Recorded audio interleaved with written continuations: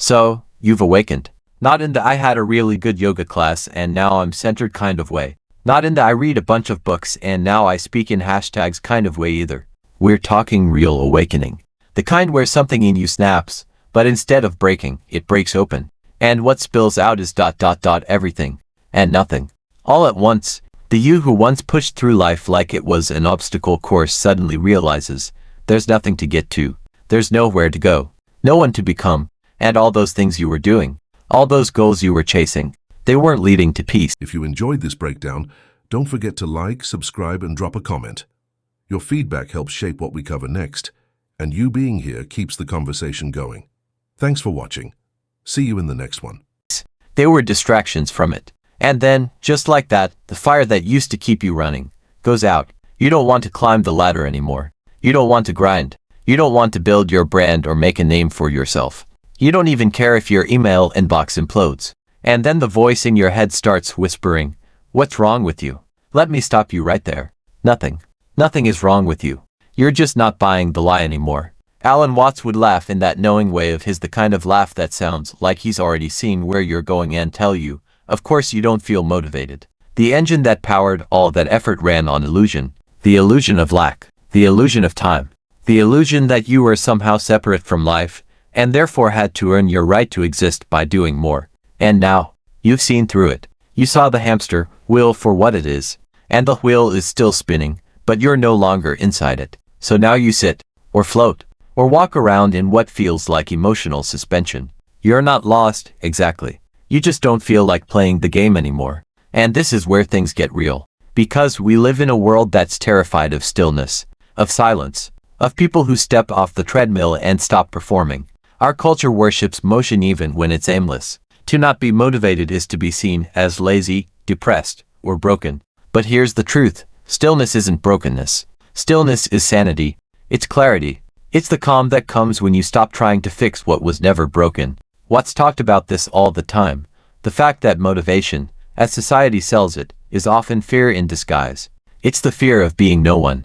The fear of not mattering. The fear of death. So we cover it with to-do lists and life hacks and self-help routines that are just subtle ways of saying, I'm not okay with myself yet. But when you awaken, when you really awaken, you see that there was nothing to fix in the first place.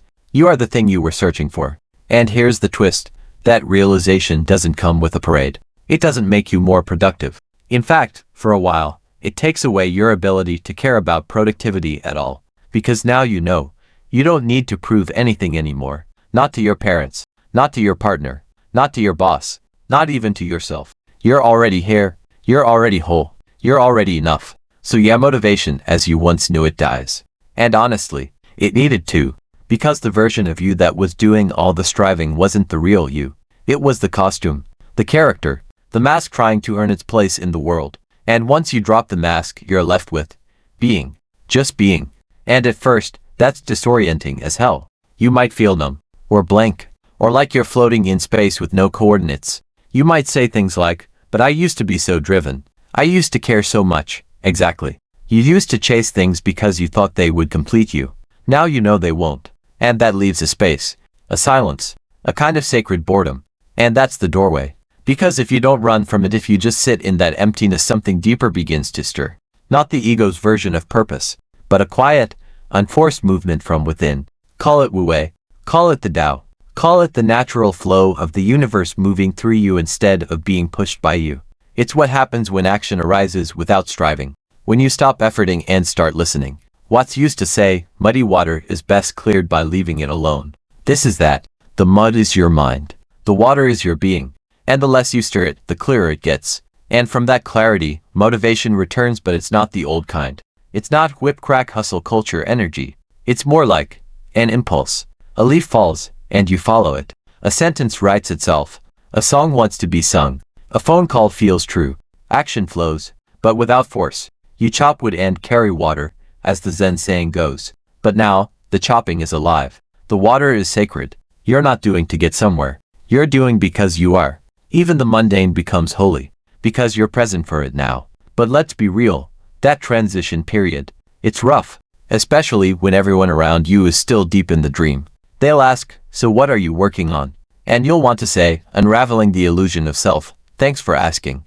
They'll say, you should really get back on your grind. And you'll smile because you know there is no grind. If you enjoyed this breakdown, don't forget to like, subscribe, and drop a comment.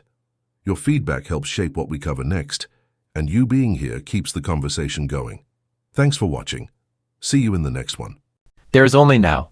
And some part of you might wonder, am I going to drift forever? Am I just going to float through life in this surrendered state of meh? The answer is no. Because eventually, the pendulum swings back not to who you were, but to a new way of doing that arises from being. You start to create again, not for recognition, but for resonance. You start to move again, not from fear, but from alignment. You start to live again, not to become someone but to express the truth of what you already are. That's when life becomes a dance, not a march, not a sprint, a dance. Sometimes fast, sometimes slow, sometimes with purpose, sometimes with pause, but always in rhythm with what's real. So if you're here right now in the middle of that blank, post-awakening, unmotivated haze, know this. You are not failing. You are arriving. The old you was powered by scarcity. This you is rooted in stillness. And from that stillness, a new kind of fire will light. One that doesn't burn you out. One that doesn't need applause. One that doesn't need a finish line. So rest, float, unplug from the voices telling you to be more, do more, fix more. Let life come to you. Let truth move through you. You're not here to push. You're here to flow. And you can trust it. Because underneath the silence, beneath the stillness, beyond the empty space where your old ambition used to live, there's a heartbeat. And it's not yours alone. It's the pulse of the universe, whispering, this is enough. You are enough. Let it be. And yet, even knowing all this, even seeing through the illusion, even feeling the deep exhale of enoughness ripple through your bones, there's still a moment, maybe in the middle of a Tuesday afternoon or a strangely quiet Sunday morning, when a flicker of doubt returns. You look around. The world keeps spinning. Everyone seems so busy, so focused, so driven. They have LinkedIn updates. They have 5-year plans. They're tracking their macros and launching projects and taking cold plunges at 5 a.m. And you're sitting in the park watching a squirrel chew on a leaf, wondering if that's somehow more profound than any podcast you could listen to today. This is the strange thing they don't tell you about spiritual awakening.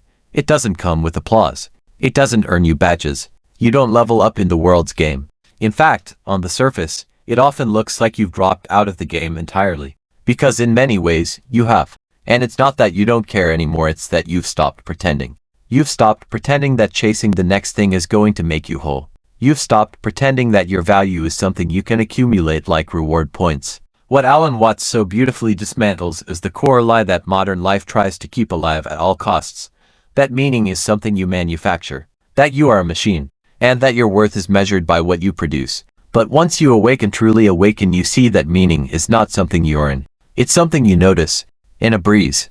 In a blink. In the way light falls on a dirty floor and still makes it glow. The moment you stop needing your life to be something, life begins to become something far more incredible than you ever planned.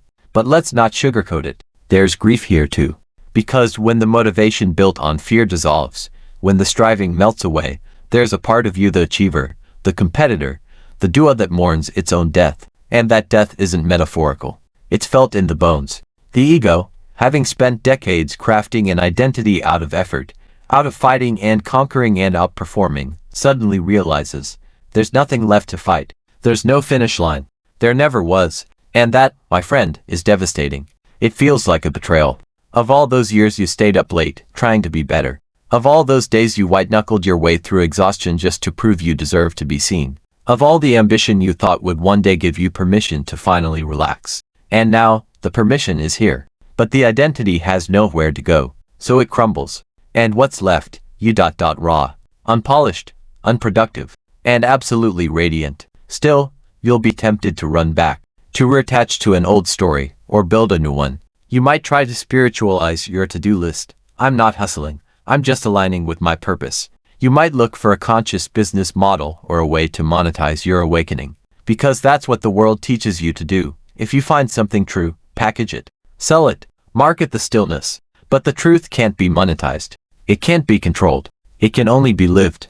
And that's the hardest part of all, letting life live through you, without constantly trying to pin it down, name it, brand it, or make it profitable. The deepest form of trust isn't believing things will turn out how you want. It's knowing you'll be okay even when they don't. Because you're no longer invested in the outcome. You're in the process, not waiting for it to be over, not trying to turn it into a lesson, just being with what is. This is where Wu Wei enters, the Taoist concept of non-doing, of effortless action, of letting go not because you've given up, but because you finally understand you were never holding the reins in the first place. You see a tree, and it doesn't try to grow. It just grows. You see a river, and it doesn't struggle to flow. It just flows. And you don't need to force anything to happen anymore, because now, you're listening, not just to your thoughts, but to the pauses between them, to the rhythm beneath the rhythm. And from that listening, action arises, but not the kind that makes you clench. It's not urgent. It's not about getting ahead. It's more like a whisper that says, go here. So you go. Say this. So you say it. No agenda.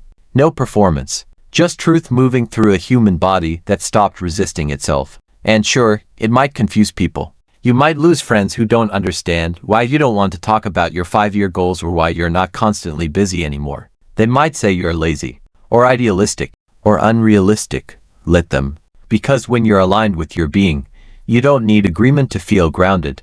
You just need presence. You're not here to be understood by the world. You're here to experience the world.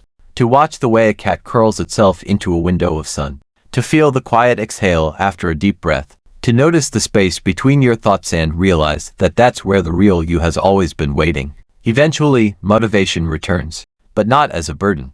Not as a stick beating you toward a better version of yourself. It returns as a yes. A gentle, subtle yes that bubbles up from your being. You might feel like writing again, or dancing, or planting a garden, or helping someone not for approval, but because it just feels true. This new motivation isn't loud. It doesn't yell over your intuition. It moves in whispers, and when you follow it, your life becomes art. Not because you're trying to make it beautiful, but because it already is. You're just finally present enough to see it. So if you feel empty, like your ambition walked out the door and forgot to leave a note, don't panic. That emptiness, that's where all the noise used to be. And beneath that silence is a pulse. It doesn't push. It doesn't shout. It just is. Wait for it. Trust it. Let it lead. And when it does, you'll move again.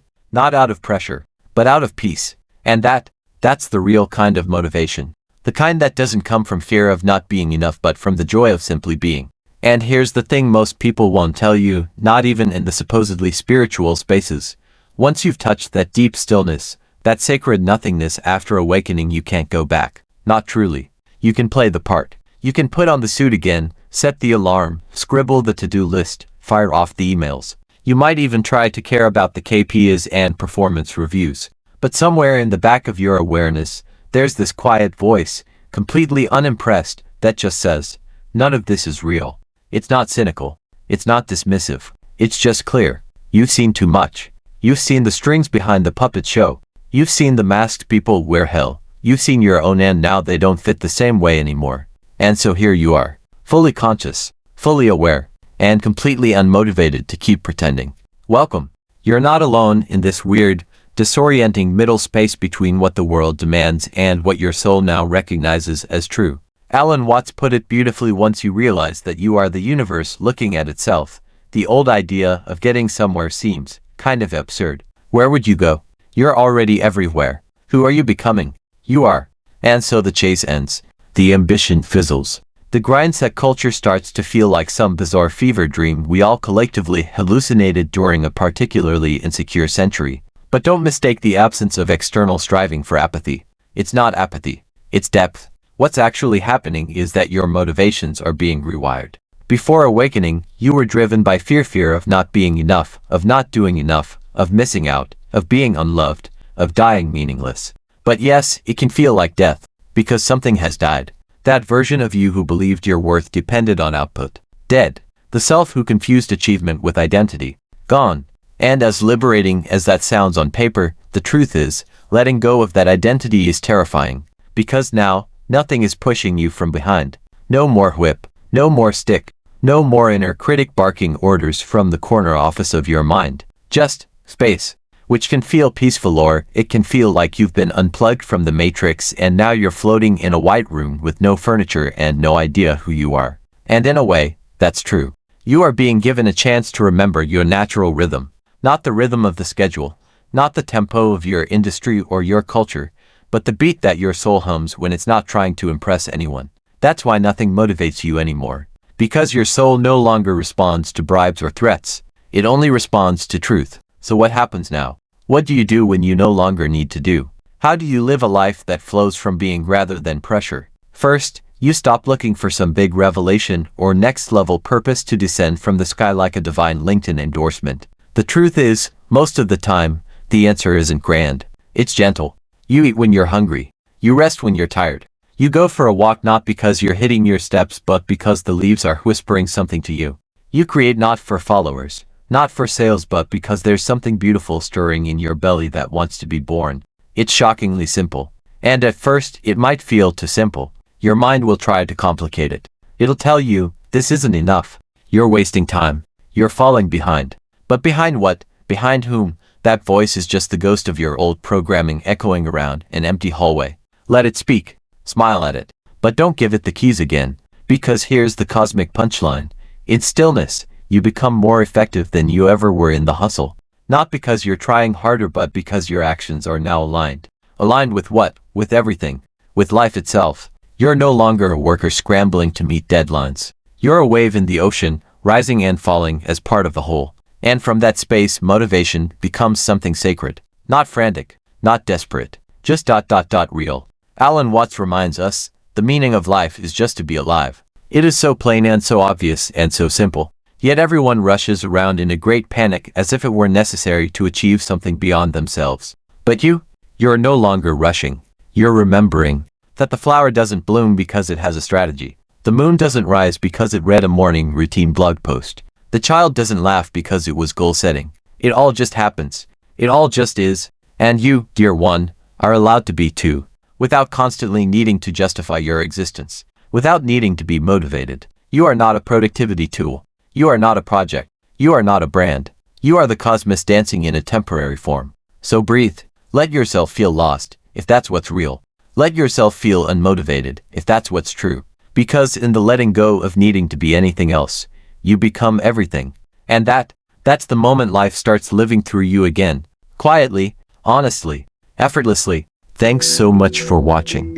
If you made it all the way to the end, you're officially part of the small percentage of people who don't just click away, and that means a lot. Before you go, I'd love to hear from you. Drop a comment below and tell me your thoughts, your ideas, or even what you'd like to see next. I read every single one of them, and your feedback genuinely shapes the direction of this channel.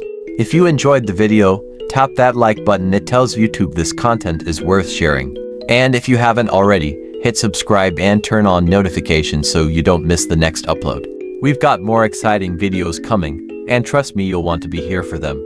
This channel is just getting started, and your support helps it grow faster than you realize. Thank you again for spending a part of your day here with me. Stay curious, stay motivated, and as always, take care of yourself. Until next time, I'll see you in the next video.